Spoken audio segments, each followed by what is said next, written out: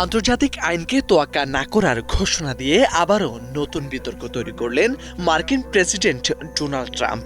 ভেনেজুয়েলার president Nicolas মাদুরোকে যুক্তরাষ্ট্রের সামরিক অভিযানে আটক করার পর পরিস্থিতি যখন উত্তপ্ত, ঠিক তখনই ট্রাম্প জানালেন, বিশ্ব পরিচালনায় আন্তর্জাতিক আইনের কোনো প্রয়োজন নেই, তার নিজস্ব নৈতিকতাই যথেষ্ট।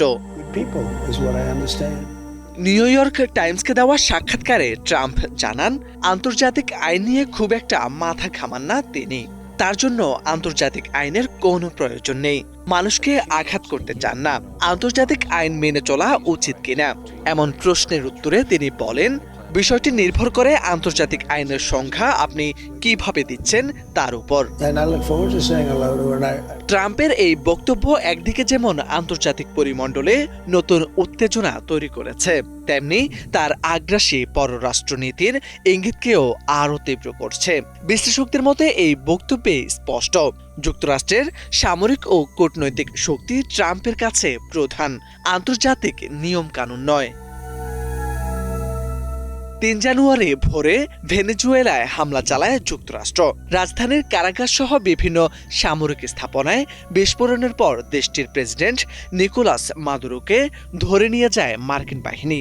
জাতিসংঘ সনদ অনুযায়ী কোনো রাষ্ট্র অন্য রাষ্ট্রের রাজনৈতিক স্বাধীনতা বা আঞ্চলিক অখণ্ডতার বিরুদ্ধে বল প্রয়োগ করতে পারবেন না। তাই সমালোচকরা এটিকে সনদের স্পষ্ট লঙ্ঘন বলেও অভিহিত করেছেন। ভেনেজুয়েলার কাণ্ডের পর ট্রাম্পের বক্তব্য আরও আক্রমণাত্মক হয়েছে।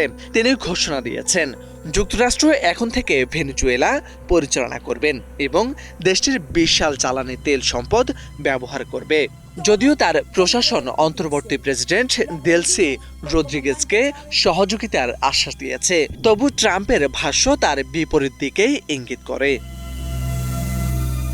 ৪ জানুয়ারি আরেকটি গণমাধ্যমকে দেওয়া সাক্ষাৎকারে ট্রাম্প হুঁশিয়ারি দিয়েছিলেন, যুক্তরাষ্ট্রের পরিকল্পনা মতো না চললে রদ্রিগেজকেও মাদুরোর চেয়ে বড় মূল্য দিতে হতে পারে।